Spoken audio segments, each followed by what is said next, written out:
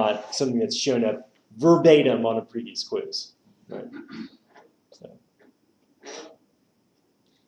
So probably not dissimilar to last time. I'm expecting maybe 45 to 50 questions, maybe a little bit longer because we've got a few more chapters.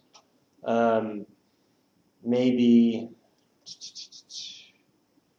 a little bit more coverage on things that we've spent 2 days on rather than 1 day. So maybe a few more questions about poverty than on, poverty and housing. Both got 2 days, while healthcare is only going to get 1. So probably a few more questions about poverty and housing. Would you think, since we're having more questions, would that be the same amount of time, or would it be more time? Last time there were 75 minutes, I believe. Yes, sir. This time there will be an hour and a half. Oh, okay. So, I couldn't remember how long it was last time, but this time there will be an hour. Yeah, this time there will be an hour and a half. So. I think it was only 25 questions, though. Was it only 25? I thought it was more than that. I thought it was more like 30, on 33. On the first test? On the first test, yeah. Was it? I thought it was like, it might have been 30, I don't know. Yeah. I can't remember, to be honest. So, other questions? Amber? No? Eric? No? Nicholas? No? All right. So we're going to talk about healthcare, health economy today. First thing that we're going to talk about is the evolution of American healthcare.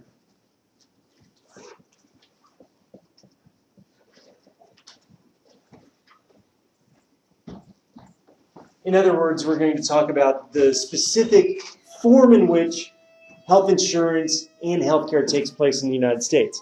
Those of you paying attention to the different candidates, there are some different visions about what healthcare should be like in the United States, as you might have noticed. Bernie Sanders, for example, has been talking a lot about a single-payer option in terms of changing Obamacare to add on the possibility of just having it just like Medicare, right? Where you just have the government as the provider of the insurance. We have a particular kind of system right now that has particular problems. There are policies that have contributed to those problems, and there are policies that have helped try to ameliorate those problems, and we'll talk a little bit about those as well. But first we're going to talk about how we got here in terms of our healthcare policy. Then we're going to talk about the 2 big issues. I'm just going to label this the 2 big issues.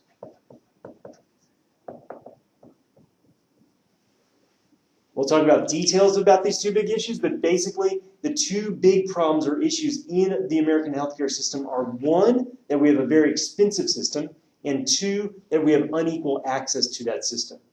That unequal access results in very specific disparities in health outcomes, which is one of the biggest concerns about the United States healthcare system overall. As you might have paid attention to some of these political debates, our overall performance in health outcomes is much worse than what you would predict given our overall level of income. And that's largely because of the disparity in the outcomes. So those are the 2 big issues. The final one that we're going to talk about are specific policies. And within these policies, we will include a conversation about Obamacare. Additionally, we'll talk a little bit about the difference between Medicaid and Medicare, and then finally talk about the Affordable Care Act of 2010, also known as Obamacare. All of this stuff is really salient, and we could have an entire class about this. As a matter of fact, in economics, we do offer an entire class on health economics. It's a growing field in economics, one that I've done a little bit of research in myself. But today we're just going to go give a very, very brief overview to some of these topics. So, without any further ado, let's talk about the evolution of American healthcare. Basically, when we think about the provision of health, the health economy in the United States, we have a very particular kind of system, and every country has its own institutions and actors and the way that health is provided. Now, we spend some time talking about housing, we spend some time talking about agriculture, we talk about different sectors of the economy. Why is health so important? Because, like, in the past, like, we could wipe out mass populations. So, like, with New York not being sanitized in the early 1920s, That's having diseases go around. The length of your life depends on it. Right, so, I mean, why is health important? Because it's literally a matter of life and death, right? I mean, so one, life and death, right? Literally the most important thing that you can be concerned about in terms of life and death. So who provides health care for you? How is it provided? Whether or not you can afford it? All that sort of stuff really, really matters, okay? So, think about the history of the United States. You think about, New York City in the early 1800s, or you think about Philadelphia in 1793 and gets wiped out by a yellow fever epidemic, where half of the city is living outside of the city's population during the summertime to avoid what seems to be going on and killing people inside the city. I mean, it's huge issues if you don't have a good system to providing health care. Okay, first of all, that's one thing. Second thing is, currently the health economy is about 18% of GDP. It's a huge section of the economy, right? Over 1/10 of all the workers in the United States work somewhere in the healthcare sector. It's just a big chunk of the economy, so it really, really matters. Now I'll put 3 down here is that the 2 fastest growing programs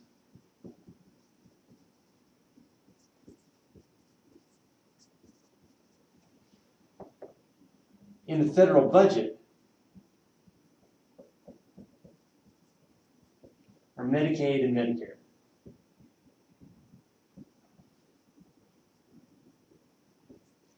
And especially Medicare. We're very much concerned about this. Medicaid is partially grown because of the expansion of Medicaid under the Obamacare programs, but Medicare is growing very quickly in terms of its share of the budget, and these things that are known as entitlements are really, really important in terms of understanding what the federal budget is, where do our tax dollars go, so all this stuff matters. So literally it's life and death, 18% of GDP, it's a huge chunk of the economy. Additionally, it's the fastest growing area of the federal budget, especially Medicare, but also Medicaid. Right? For all these reasons, it's worth spending a little bit of time on. Ooh. That's interesting. Someone brought in their own little made in China. I don't know, it actually works a little better. Slower, but better.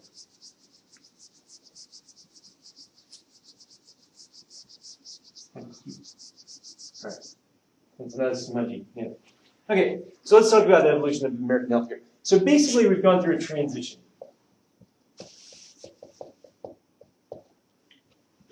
From what's known as fee-for-service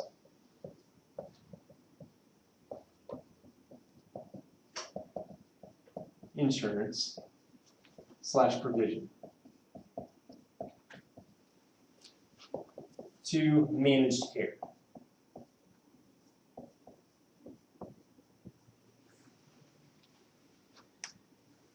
So there's a story here. There are a couple different stories within the story, but I'm going to tell you the very broad outlines of the story first.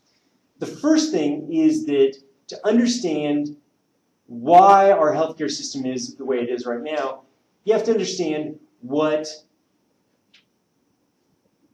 who provides insurance and where does this come from. So where do most people get their insurance, actually? People that have insurance, who provides it? What's it? From their employer. Right? Why is that? Because of the benefits. Third-party payer system's been around for forever. Third-party payer system's tied to this, but it's this idea that you could have a third-party payer system with someone else, with insurance being provided privately on the market still, right? Where, if I were buying insurance just from, if I were going out on the market and not getting it through my employer, it could still be third-party, right? So why is it that we get health insurance from our employers in the United States? It has to do with World War II. Okay, so in World War II, what was the economy like at the time? Was it fairly strong growth, low unemployment, or was it weak growth, high unemployment? Well, there was low unemployment until they started building up arms whenever the United States got into it. Well, it was low unemployment whenever we started doing that, right? But Because beginning was depression. we started off in the Depression, then we had this ramp up into the war machine, and so we're building all these arms. We ran huge budget deficits in order to fund our war effort, and we grew the economy really dramatically with this, right? That's the general story. Now, what happens in a market when there's all of a sudden an increase in demand, like there was an increase in demand for labor in the United States? What generally happens? What would you expect to happen to the price when there's a huge increase in demand? It's going to go up, right?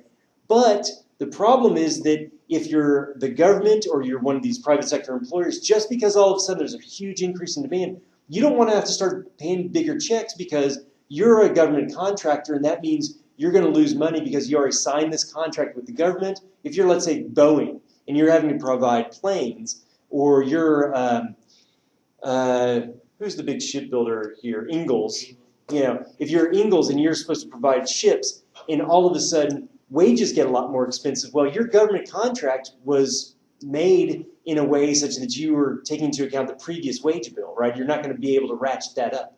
So what they did is that they implemented wage and price controls in lots of different sectors in the economy. So employers couldn't raise wages to attract more workers. But if you can't raise wages, how could you get more workers? What else could you offer a worker that they would value like they value a wage? What other things do workers care about? So if you're looking for a new job, you're going to ask about the salary. What else are you going to ask for? Maybe more for like the benefits. Yeah, what are the benefits? Right, so right now one of the benefits that we get is health insurance. And health insurance started being provided during this time as a way of getting around the wage and price controls in order to be able to attract more workers. And so employers started providing additional benefits because they couldn't offer higher salaries. So instead they started offering additional benefits to their workers in order to be able to attract them. In addition to this, there's a law known as ERISA, and I'm not going to go into the acronym. It's Employment Relations, I forget exactly what it is, which basically allowed firms to write off insurance costs from their profits. So in other words, if you're an employer and you're paying salary, you don't have to pay profits, you don't have to pay taxes on the amount of money you're paying your workers in terms of their wages. You also don't have to pay, if you pay for their benefits like their health insurance, then you don't have to count that towards your profits either, right? That's kind of like tax-free spending. So I can spend some money, if I have profits as an employer, I can spend some money on your health insurance. Are you guys going to like that? Sure, you're going to like your health insurance. Are you going to maybe work harder because you're getting health insurance? Are you going to be a healthier workforce? Sure, all that stuff's good, but then I don't have to pay taxes on it either. Well, if I kept that money for myself as an employer, then I'd have to pay taxes on it. Likewise, do you have to pay taxes on the proportion that's taken out of your paycheck to help defray health insurance costs? No, it's taken out pre-tax. So if I give you the option of giving you $100 or $100 in health insurance premium, right? And you know that you need health insurance anyway, right? You know that you're going to go out in the private market to buy this. You'd rather take it in your paycheck, getting taken out of your paycheck, because then you're not going to have to pay taxes on that $100. So this law allows us to deduct essentially the amount that we spend on health insurance from our taxes. And that means both employers gain from it and workers gain from it, so everybody's a big fan of this. So I'm more likely to want to get my insurance from my employer, and employers are more likely to want to provide it. Right? For both of these reasons, this is the way it worked. Now, what kind of insurance was provided? Well, back in the day, the system was known as fee-for-service. So essentially, you go to your doctor. Like I actually had a doctor's appointment this morning, right? So you go to my doctor and they're like, okay, I need my wellness visit. They're like, okay, we're going to take your blood pressure. We're going to do this, this, and this. And then we're going to charge your insurance company a certain amount. And that's it. They're like, okay. And that often happens with wellness visits, right? You don't have to pay a separate amount. What if I go in with a broken arm? Well, I go in with a broken arm, and they turn around, they look at their chart, and they say, okay, broken arms cost this much. That's how much we're going to charge your insurance company. And every time you go in there, you don't have to pay a copay. The doctor would just bill your insurance company specifically for however much of service that they provided for you. So for every service, there is a fee. That's what the fee for service was. Oh, so there's like no deductible? No deductible, no copay. Nothing like that. All right? So that's the way the system used to work. It's better. Except, what do doctors have the incentive to do? Charge more. It's like, you look a little pale. Are you sure you don't need a test for jaundice? All right, so let's go ahead and run that test. And I'm going to get based upon this fee chart, I'm going to get a fee for that. And based upon everything else, I'm going to get a fee for every single thing I decide to diagnose you. Because the doctor is the only one who gets to decide how much service is provided. And for that reason, guess what started happening? The health insurance costs, they started going up and up and up. And employers started realizing that, wait a second, we wanted to provide this benefit, but now this is costing us an arm and a leg. So what started happening is that in the 1970s, we had what was known as selective contracting laws passed.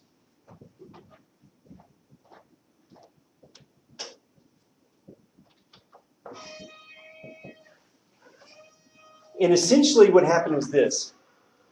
Doctors wanted to offer their own insurance. They said, look, if we don't have to go through Blue Cross, we can basically pool all of the money that we're getting for insurance payments. We can provide only the appropriate level of care, and this can be much cheaper insurance, and we can get a bunch of contracts from employers that don't want to pay the higher premiums for Blue Cross. We can make money, and there's an open market because there's this inefficiency that's out there. They saw that what was going on, and so these doctors actually wanted to band together and provide their own insurance, but in order to do so, they had to be able to say that their patients, their facilities could only be used by their patients. And so up until the 1970s, all the states in the union, what had to happen was that if, let's say you have Forest General Hospital, and this is still the case for Forest General because it's a public facility, it's partially government subsidized. So, but back in the day, every hospital, if you had a hospital, you had to accept every kind of insurance. So regardless of the insurance, you had to accept it. In the 1970s, Minnesota started this, and then state after state after state starts allowing this, which is that if I'm a hospital owner and I control this, and I only want to work with Amber's insurance company, then I can write a contract saying I only accept your patients. Up until the 1970s, that wasn't possible. And what that allowed to do is that now I'm the hospital, and if you are an insurance company, guess what? You have to deal with me as a bargaining power, and insurance companies aren't the only ones that have power. So now hospitals had power, and insurance companies both had power, and what that allowed to happen was that now there was some competition. It wasn't competition between the different insurance companies, it was between these different big players because of the selective contracting laws. And that allowed what was known as managed care to come about. Because it no longer was fee-for-service. Instead, they had specific rules on how much individuals would get paid and even whether or not there was going to be provision of certain types of services. So when managed care came about, there are three different things that came about with managed care. One was what was known as utilization review. What does that selective? Selective contracting. So that was the idea that hospitals could contract with only certain insurance companies and only see their patients. Up until the 1970s, that wasn't possible. Managed care involved three different things. One, utilization review. Secondly, you had capitation, not decapitation, capitation. We'll talk about what that means. And then finally, an important part of it was selective contracting.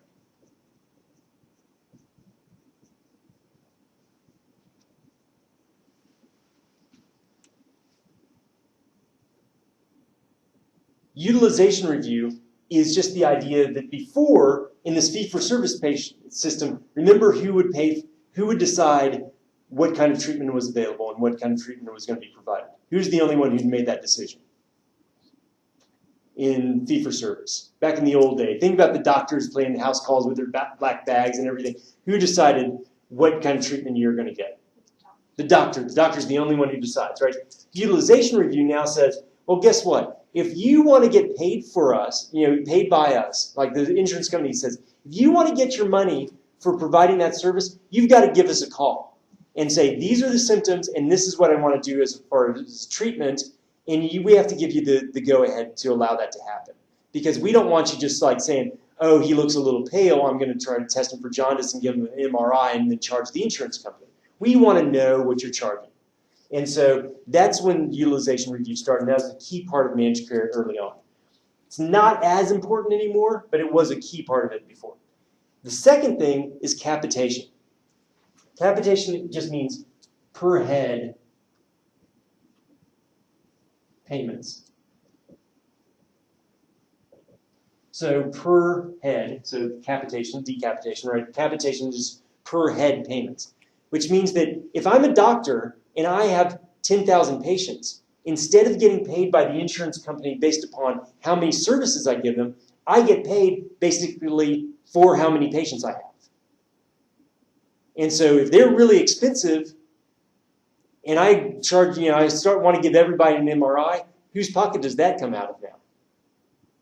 Doctors. The doctor's pocket, right? Because I'm only going to get, let's say, $1,000 per patient per year. And if I'm charging an MRI if I'm putting in an MRI for everybody, guess what? There goes all my money, right? So now the risk has gone from the insurance company, right? The insurance company used to have all the risk, and now the doctor has all the risk in capitation. Now nowadays we don't have pure capitation. There's some sort of mixed thing where it's like capitation, but then you get reimbursed for certain things, like if there's certain like diagnostically related groups that they get diagnosed with, then you'll get some additional payments, but generally there's like some form of capitation in most of these managed care systems now. And then the final thing is just the selective contracting. Like I said, like you can't go to any doctor anytime you want to. You can't go to any hospital and get your insurance to pay for it. For a gunshot wound, yes, there are laws that say an emergency room can't turn you away, but I can't just show up at any doctor necessarily and expect my insurance company to pay, right? I have to go through my primary care physician to some degree, right? So this is the way we work now through either HMOs or PPOs or some other sort of managed care system, but it used to be very different. Well, when we went to managed care, the primary reason why we did so was because of this increasing cost that we saw. And so the two basic facts and two main problems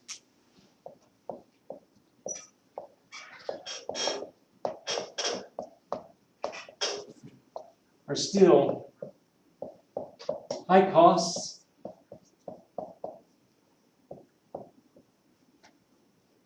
and unequal access. So those are the two main issues in American healthcare system.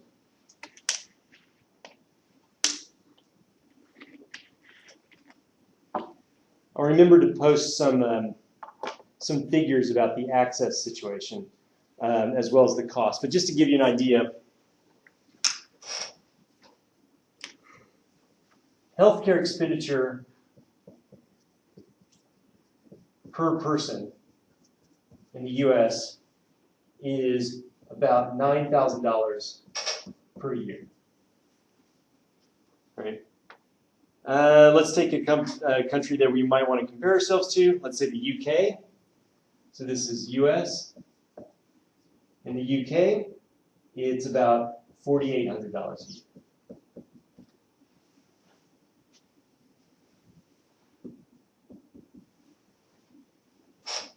The average for all high-income countries is about $4,700 a year.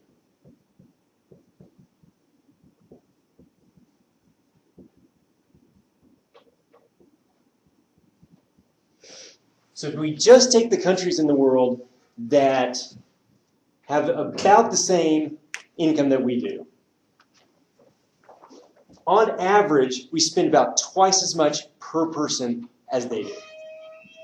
So if you just take all the high-income countries and see how much on average they spend, it's about $4,700 a year compared to about $9,000 per year in the United States. Why? Because we have TV shows called Jackass where people intentionally injure themselves. That is exactly why we have idiots. Doctors can charge what they want here.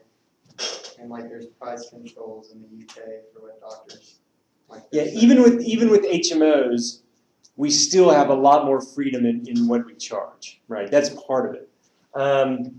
there's going to be, I'm going to link, I don't know, I think I've probably already linked it because I pulled it over from the previous semester, a John Green video. Have you seen this about why healthcare costs so much in the United States? He has a particular view, and I support some of the things that he says, but he does it in a very entertaining manner, so I think it's a good thing to watch as well. But part of it is that this whole thing about who has the power in the system.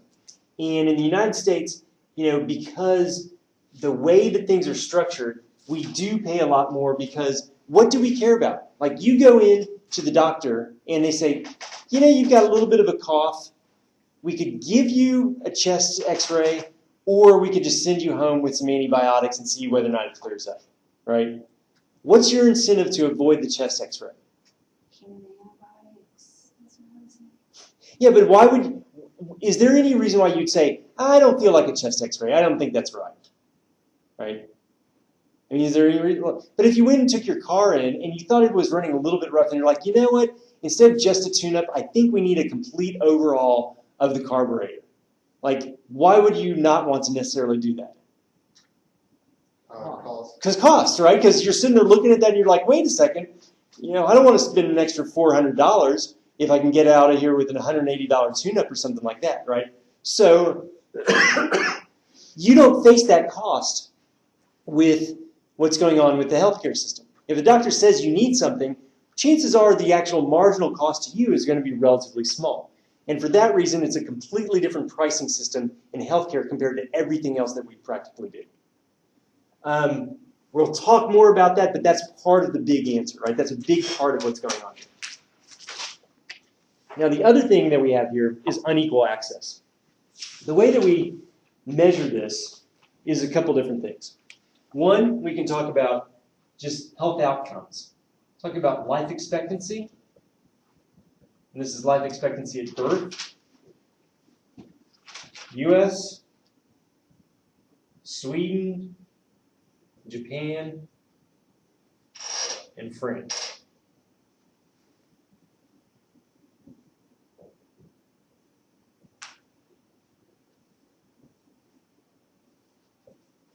Right? Good measure of how well we're doing in our health economy, because it is a matter of life and death, is how long do people live? How long do people live? Well, they live less here than they do everywhere else. And it's not people that are at the top of the income distribution that are living short. It's people that are generally poor that are living short lives. Likewise, if we only look at infant mortality, I think it's pretty non-objectionable that we would rather not have babies die in their first year of life, right? That's a bad thing. Infant mortality rates in the United States, 7 per 1,000 live births in the United States. 3, 3, and 4 for these other countries. So our infant mortality rate is basically twice that of other countries we'd want to compare ourselves to, other high-income countries. And again, this is due to unequal access largely. Where do the large number of deaths happen in the first year? Generally with individuals that live below the median income, right? I figured every pregnant woman got Medicaid in America. No, They don't. they don't. And we want to talk about the immigrant community as well, right? Because they're worried that because they'd be accessing government services that somehow that they would be tipped off that they're here, without documentation. It's a real disincentive for immigrant women that are undocumented to go to the doctor too. So a lot of people don't get access. Prenatal care, and by the way, demographically, the worst in terms of prenatal care, and prenatal care is definitely negatively correlated with infant mortality, right? Women who generally that are highest risk for their babies to die are those that do not see a doctor while they're pregnant, right? Prenatal care is how we solve infant mortality. Who is the most likely? Teenagers, right? Pregnant teens are the ones that are least likely to get proper prenatal care, and we have much higher teen pregnancy rates too. So unequal access is largely tied into, unequal access is the other big issue. So we spend twice as much, and what do we get for it? Not a whole lot, right? Now, let's talk about why this is a little bit more. So specifically, let's talk about the factors affecting health costs. Because I think people would be like, well, you know, we're not paying that, you know, if we didn't have such high costs for healthcare, people would think, oh, well, you know, we're not paying that much for it, so it's not surprising that our outcomes aren't that great. But the fact that we pay twice as much as our other countries, and yet we're getting worse outcomes, is a real reason for concern, right? So why might this be the case? These are several factors that explain the increase in costs.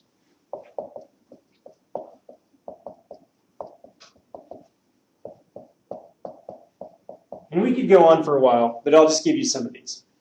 So, physician sovereignty.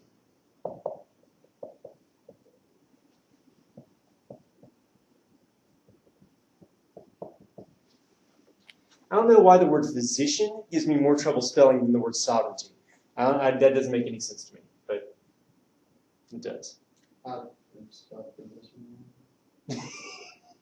Because like I had to double check physician, but I was like, no, that's sovereignty. Yeah, definitely. So basically, doctors control the level of care. We've talked about this already.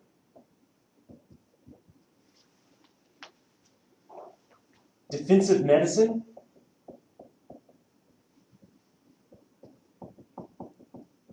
Here's a possible reason why. The textbook lists this as one of the many reasons. John Green thinks that this is malarkey, so this is one of those areas where there's a difference. Defensive medicine is basically over-treating to prevent lawsuits. Right? So in that case with the MRI, why would the doctor just decide if you had a little cough that maybe you need an MRI or chest x-ray or whatever else it is? Well, because they're afraid, this is the story at least, they're afraid in the back of their mind if I don't give this to them and they get sick, then they're going to come and sue me, and I don't want to be sued. I'm trying to avoid malpractice, right? Now, John Green in his little diatribe about this says, well, those places that have tried to put caps on the amount that you can sue doctors haven't seen a decrease in the costs any more than anybody else. So maybe it's not defensive medicine. But it is still an argument. Third-party payment.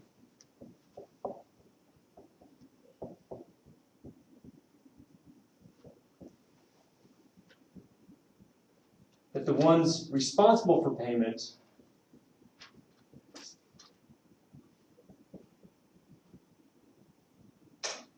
are not the buyers, or the consumers. So who pays for all these medical procedures? Generally the insurance company.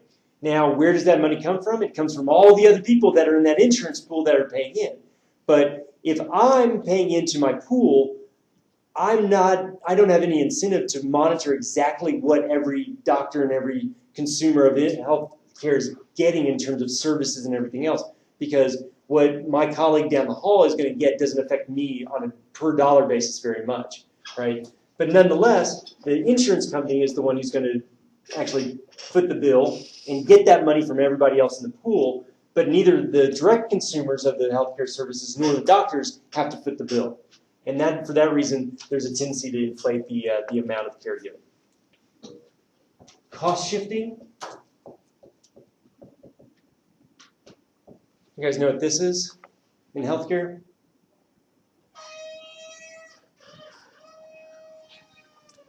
It's when one patient's expenses are billed to another.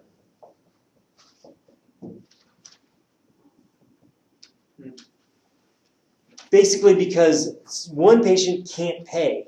And so what they'll do is they'll charge everybody else even more, and it'll end up getting charged ultimately to the insurance company. This is the reason why if you ever looked at an itemized receipt from a hospital, you'll sometimes see things like a $4 Tylenol, right? Why does a Tylenol cost $4? Well, Tylenol doesn't cost $4. They're charging you $4 to make up for that gunshot wound victim that's not paying, that came in over the weekend, right? And so that's part of the reason why it's going on here. The final one that I'm going to list, I'm just going to go ahead and erase this and list it up top.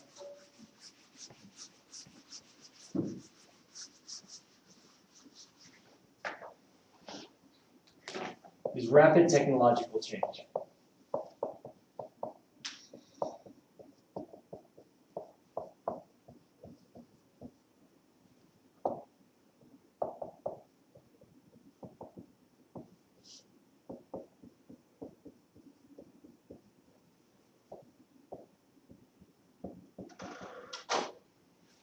In the past, Social media, what's that? you mean like technology, like computers and stuff? No, in terms of specifically like medicine, right? Oh, okay. So if you think about like how they treat, how you would treat a heart attack nowadays, it involves all sorts of technology that didn't exist before. Now, all of that technology, like from everything from arthroscopic surgery to, I'm thinking about like, a lot of cameras to all the PET scans and SPECT scans and all these, we used to have CT scans and that was it, but that didn't really show you much variation, right? But now you can see all sorts of like tissue differences, all those different scans, all those different tests, all the new medicines that have come out. Think about something like the advent of statins for heart attacks. All that stuff's really expensive, yet we're getting some bang for the buck out of that, right? Like having a heart attack today or having a bypass surgery today compared to like 40 years ago, I mean, they could do a bypass 40 years ago, but like you had a 20% chance of dying on the operating table and needing another operation within like 3 years, all this sort of stuff. Now people treat bypass operation, they get a bypass operation, they're like out gardening 2 weeks later, And it's all because of all the technology that they use in order to minimize the invasiveness of the surgery. So like, you know how they have, what's the surgery that they put something down your throat to see like a camera in the foot? Mhm. They said now that they changed it, like you could just take a pill without a camera. Yeah, exactly. So now they have a camera pill, right? So think about like that's amazing technology in terms of like its invasiveness and how uncomfortable it is and everything else. And yet, guess what? That's going to cost, right? So all of those technological innovations that we're going to see are going to cost a lot of money. So could you put the fact that we can't file ordinance up there? Well, it's not going to cause. Well, maybe so because you're going to see like more, like inefficient treatments like dialysis is really expensive, and we have a lot more people on dialysis than we used to. And if we could just do an organ transplant, that'd probably actually be cheaper in the long run. So, I think they can buy and sell organs in Canada. I don't think so. You think so? I think they can. That'd be interesting. Maybe that's part of with their national health system. Yeah, something like that. Anyway, there are these reasons, a lot of other reasons that are tied into this, but I think these are the main 4 or 5 here. Now, another one that they put on here, and this is something that doctors will complain about, is consumer tastes and preferences.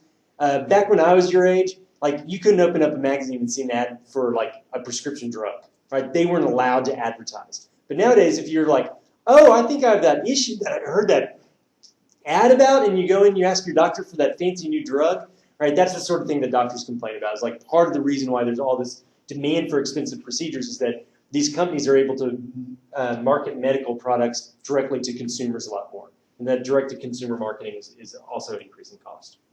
Maybe something to that. All right. So for all these reasons, we have really expensive healthcare. We also have relatively unequal access. And if you just ask why do we have unequal access, the biggest reason is lack of insurance.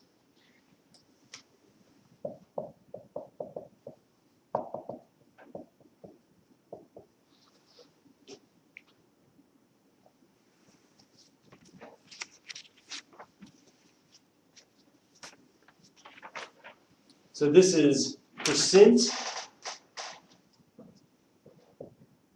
without insurance by race. And this is in 2012.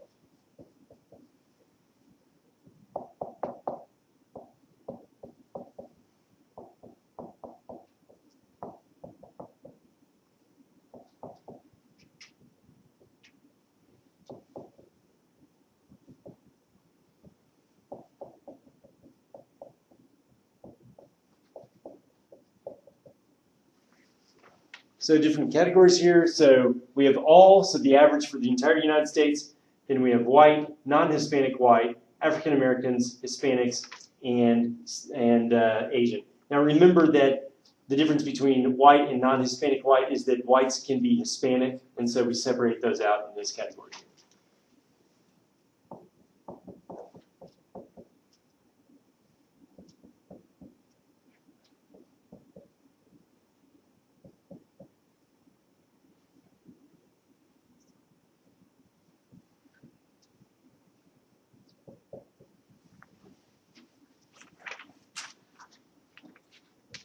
So the average for the United States is 15.4%. If we just looked at the white population, this is one of these things where you have to always be very careful when people say, what is this the case for whites, is how they're defining it. Is about the average, pretty close to it, but if we separate out the Hispanics and just say non-Hispanic white, much lower than the national average, only 11.1%. African Americans, 19%, almost twice as much as the non-Hispanic whites. And Hispanics are almost twice as much as the non-Hispanic whites. Asians at about the national average as well. Higher than non-Hispanic whites, but that's largely because you do have higher immigrant populations in there that could potentially not have access to insurance. All right. So, again, two main facts of the American healthcare system that are problematic. First one is that it's very expensive. Secondly, depending upon socioeconomic background and demographic background, there's very disparate effects in terms of the percent without insurance. So, what do we do to try to change this situation? Well, there are three main policies that I'm going to talk about today, even though lots of different policies end up affecting this stuff. The two main ones are the ones that are they're classic policies that came out of the Great Society, Medicaid, and Medicare. Who was the president under the Great Society? Whose idea was that? LBJ. LBJ, right. So Great Society of the 1960s, trying to expand basically social welfare programs, social insurance programs to other populations that had been left out from the New Deal. Medicaid is health insurance, so it's government-provided health insurance for the poor, and Medicare is health insurance for the elderly.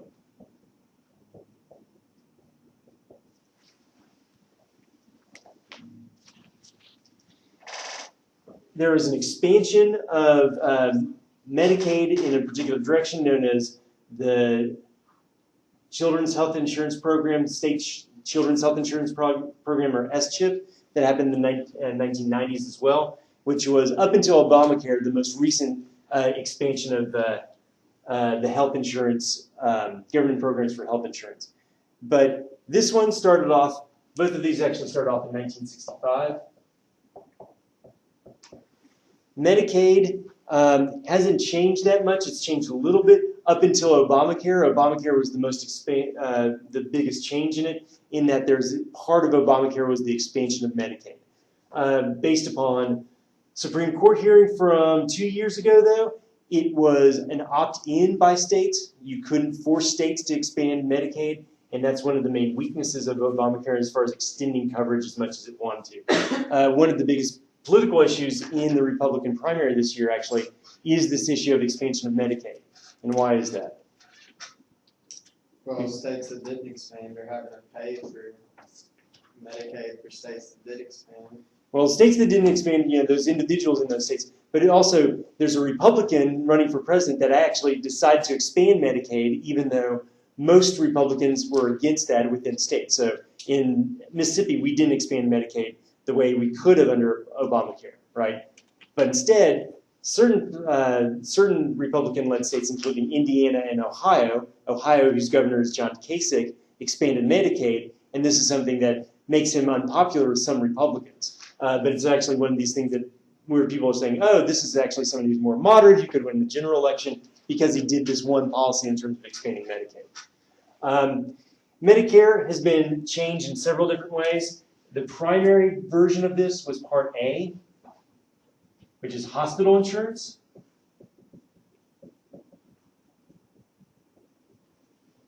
Part B is outpatient care, so this is like seeing your primary care physician. Part C is basically just a combination of these two. So you can get Medicare Part C, which is just a combination of hospital insurance and outpatient. And then the biggest recent expansion of Medicare was Part D, which is prescription drug.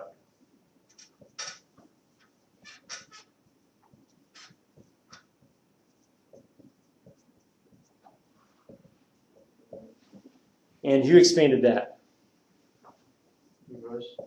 2006. So that's under President Bush. One of the biggest expansions of federal health care policy under any Republican president was Medicare Part D. It was, at first, he said it was going to be relatively cheap. Then the CBO did some projections. It looked like it was going to be really expensive. And now it's going to be in between where the two numbers, where they thought the two numbers were going to be. But still, it's a fairly significant part of our Medicare Wait, bill. what was number C? What was C? It's a combination of A and B. Oh, So Medicare Part C is like you're getting both A and B together. You can usually do this like through a third-party provider, where basically an insurance company will contract with Medicare to provide the Medicare services and get a check from the government. Yeah, what does like the big prescription do?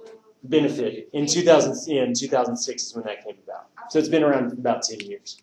So it used to be that the only things that were covered by Medicare was either going to the hospital or going to your local doctor for something. And like your prescriptions wouldn't be covered, and now they are, as of 2006. All right, now that gets us almost up to the Obama presidency, which we've still been seeing large increases in the cost of insurance and problems with,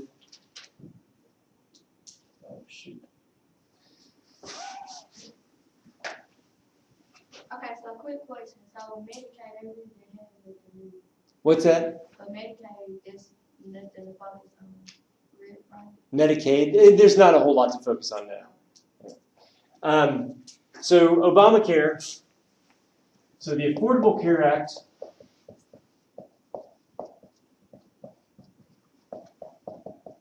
was passed in 2010 and has several important provisions. I'm just going to cover a couple of them real quick here.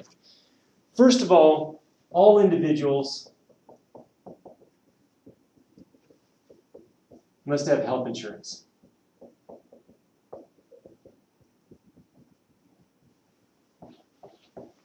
That's also known as the individual mandate.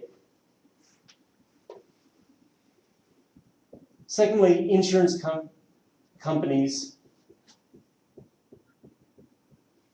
cannot drop those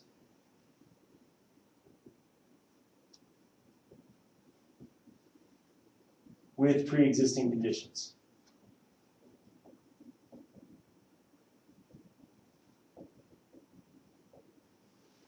So it used to be the case that if you had certain kinds of conditions, they just wouldn't cover you. Like they would not write you an insurance policy. Back in 2012-13, when the first provision that came about with Obamacare was that this was no longer the case. Like if you got sick, your insurance company couldn't drop you just because you had a condition all of a sudden. They still had to cover you. Another one is that children can stay on insurance, on their parents' insurance until 26. What's that? She said, "Thank the Lord." I know this is the one that everyone cares about. Like students are always like, wait a second, that's the one I care about. Right. I did try to. I got to 26. You got until 26, that's right. All right, did everyone have those? Although it's kind of a bad thing because you could claim, like in states that didn't expand Medicaid, you were exempt from insurance if you didn't have any income. So you used to, if you turned 24, under the old, like if you were 24 and they didn't have that rule, then you could, and you didn't have any income, well, you can say, well, I qualify for a hardship exemption. You can fill out your taxes and you don't have to pay the penalty. But when it goes to 26, your parents are still going to have to pay the penalty because they're claiming you on their taxes till you're 26 now. Yeah. So, no, a lot of these cut depending upon your particular circumstance, they could actually bite you, right? They tried to write the provision such that it only expanded, but you can't. Like, there's always going to be someone that's going to end up being on the negative side of any sort of policy change. So this is one example of that, right?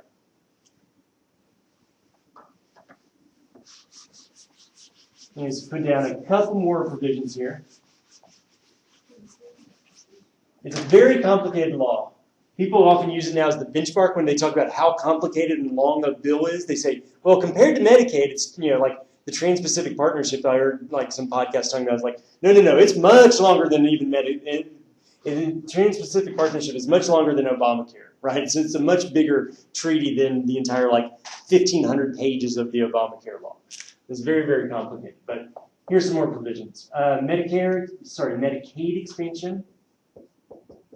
And the idea is that before you would have to basically be poor, and now if you're near poor, you could get Medicaid as well. So you didn't have to technically be under the poverty line to get Medicaid. You had to be only near poor, but states can decide whether or not to do this. Additionally, must cover preventative care. So there's a whole expansion of the items of preventative care that insurance policies must cover now. Before they didn't have to, it was up to them. Health insurance exchanges.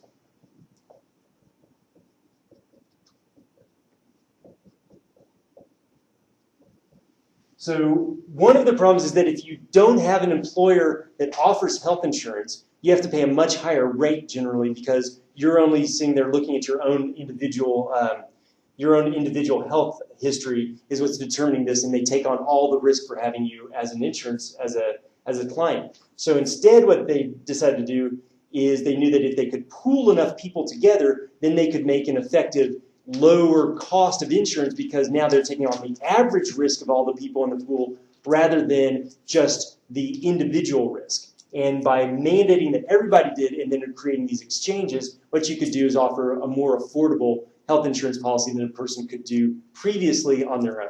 That was the idea. Some of these other provisions made it more expensive, like must cover preventative care, etc. But then you also have the provision that you had a employer mandate.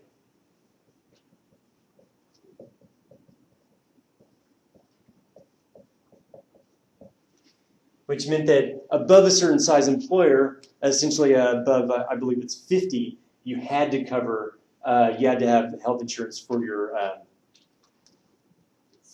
employees.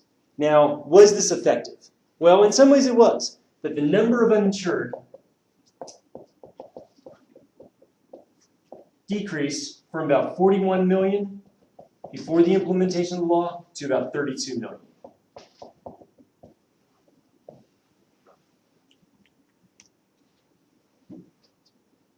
So in some ways, Obamacare worked.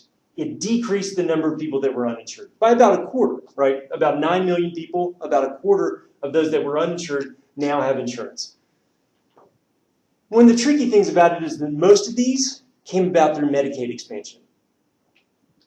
So this other 32 million that are largely in states that didn't expand Medicaid, they're not going to still get insurance through some other provision.